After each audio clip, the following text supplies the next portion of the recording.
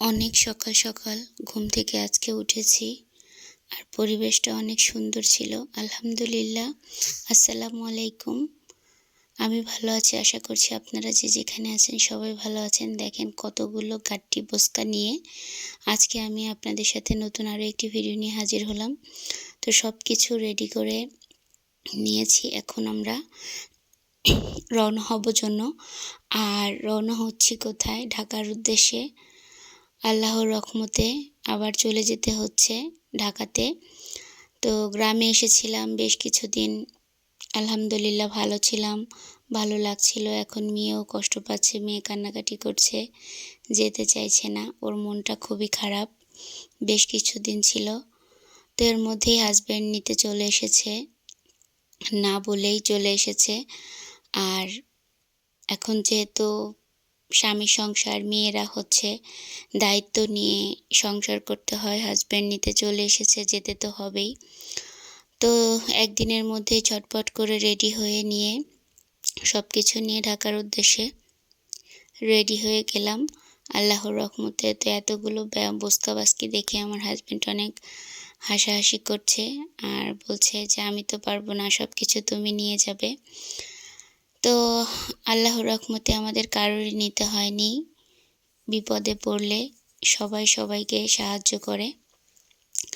আর মানুষ, সব মানুষ তো আর খারাপ না, কিছু মানুষ ভালো আছে, যার জন্য আমাদের পৃথিবীটা এখনো সুন্দরভাবে চলছে।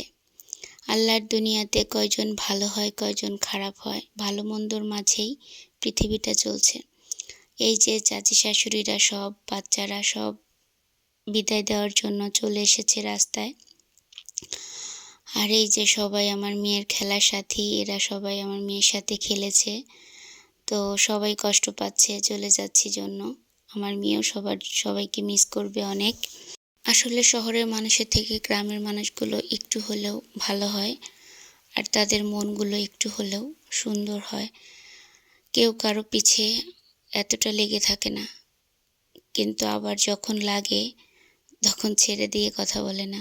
সেটা তো সত্যই, তুমি সবসময় আমার সাথে লাগাবা, আমি তোমাকে কিছুই বলবো না, এটা সবার ক্ষেত্রেই হয়। তো যাক, এই যে সবাই সবার সাথে বিদায় নেওয়া হচ্ছে, বিদায় পর্ব চলছে। আর এখন এই যে মুরগির বাচ্চাগুলো রয়েছে, এগুলো আমাদের ভ্যানে যাবে। আর আরও একটি ভ্যান হচ্ছে সামনে চলে গিয়েছে। আর এখন আমাদের চলে যাওয়ার পালা। তো এই যে কবরস্থানের কাছে একটু থামানো হয়েছিল, এখানে আমার দুইটা শ্বশুর শুয়ে আছে। আল্লাহ যেন আমার শ্বশুর দুজনকে এবং আরও যারা তাদের কাছে আল্লাহ তাআলার বান্দাদেরকে নিয়েছে তাদের সবাইকে যেন বেহেশত নসিব করেন। আল্লাহর দরবারে এটাই কামনা করি, কারণ ওটাই আমাদের শেষ নিঃশ্বাসের একটা শেষ ঠিকানা বলা চলে।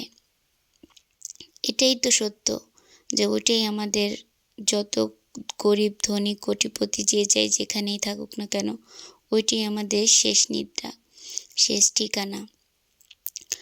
তো যাক, এই যে আমরা চলে এসেছি।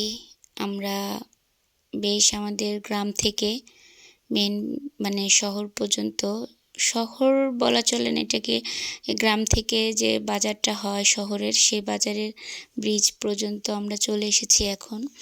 তো ওই ব্রিজটা পার হয়ে আমরা আরেকটা গাড়ি নিব, গাড়ি নিয়ে আমরা বাস স্ট্যান্ড পর্যন্ত পৌঁছে যাব। তো আমার ভিডিওটা যদি ভালো লাগে তাহলে অবশ্যই লাইক, কমেন্ট এবং সাবস্ক্রাইব করে আমার পাশে থাকবেন। গ্রাম থেকে যাচ্ছি, মনে অনেক কষ্ট, অনেক খারাপ লাগা, অনেক ভালো লাগা বুকে জমিয়ে নিয়ে যাচ্ছি। দেখি আল্লাহ ভরসা, আল্লাহ কি করে।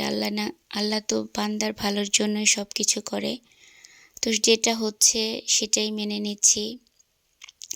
তো আস্তে আস্তে আমরা চলে এসেছি যমুনা সেতুতে। যমুনা সেতুতে হচ্ছে বাসে তারা টাকা দিল। তো এখন আমরা যমুনা সেতুতে আসতে আসতে অনেক সন্ধ্যা, মানে অনেক রাত হয়ে গিয়েছে এ পর্যন্ত। এখন সন্ধ্যা বেশ কয়টা 7টা-8টা মেবি বাজবে। তো ব্রিজটা অনেক সুন্দর লাগছিল, তো ভাবলাম একটু ভিডিও করে নেই। আর এই যে কত দূর দূরান্ত থেকে মানুষ সত্যি পাখির মতো চলাচল করে। আর আজকে এখানে তো কালকে ওখানে, মানুষ পাখির থেকেও মাঝে মাঝে বেশি কিছু হয়ে যায়। তো যাক, আমি বাড়ি চলে আসলাম রাত 11টার দিকে। এসে দেখি আমার ঘর বাড়ির একদম নাজেহাল অবস্থা, খুবই বাজে অবস্থা। তো এর মধ্যে তো রান্নাবাড়ি করা যায় না, সিলিন্ডার বাজার সব কিছুই তো লাগবে। তো আজকের ভিডিওটা এ পর্যন্তই। যদি আমার ভিডিওটা ভালো লাগে তাহলে অবশ্যই একটা শেয়ার করে দিবেন এবং আমাকে অনেক দূর পর্যন্ত এগিয়ে নিয়ে যেতে সাহায্য করবেন। আল্লাহ হাফেজ।